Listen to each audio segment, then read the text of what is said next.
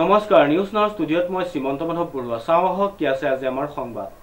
100 বছৰ অতিক্ৰম কৰা ধৰ্মপ্ৰাণ আদৰ্শ মহিলা চিন্তাপ্ৰভা শইকীয়াৰ সন্মানাৰ্থে অৰ্কিড ৰোপণ কৰে প্ৰকৃতিপ্ৰেমী সমীৰ ৰয়ে নিউজ নাওৰ এক ৰিপৰ্ট 100 বছৰ অতিক্ৰম কৰা ধৰ্মপ্ৰাণ আদৰ্শ মহিলা চিন্তাপ্ৰভা শইকীয়াৰ সন্মানাৰ্থে অৰ্কিড ৰোপণ কৰি সঁচাকৈ আনন্দিত হলো এই গুৰুত্বপূৰ্ণ মন্তব্য প্ৰদান কৰে অৰ্কিড বয় খ্যাত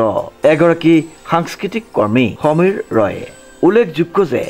1934 চনৰ 18 এপ্ৰিলত যোৰহাটত হৰিজনসকলৰ বাবে নামঘৰৰ দুৱাৰ উদ্ঘাটন কৰিবলৈ অহা মহামানৱ মহাত্মা গান্ধীক এগৰাকী চতুৰ্থ শ্ৰেণীৰ স্কুলীয়া ছাত্ৰীয়ে গামোচা আৰু নাৰ্জী ফুলৰ মালা পিন্ধাইছিল উল্লেখনীয় যে সেইগৰাকী ছাত্ৰী আছিল বৰ্তমান 100 বছৰ অতিক্ৰম কৰা পটেগাঁও চিকাৰী চুকৰ ধৰ্মপ্ৰাণ আদৰ্শ মহিলা চিন্তাপ্ৰভা শইকীয়া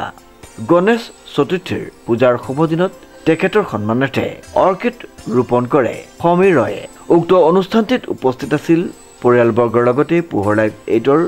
পৰিচালন সঞ্চালক অমৰ বৰুৱা আৰু সামাজিক সাংস্কৃতিক কৰ্মী ৰূপক ৰঞ্জন দত্ত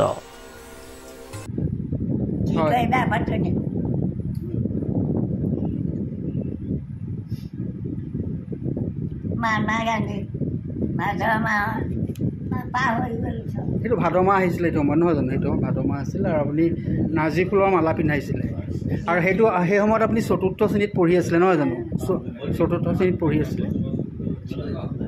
সমীৰ ৰয়ৰ ৰিপৰ্ট নিউজ নাও।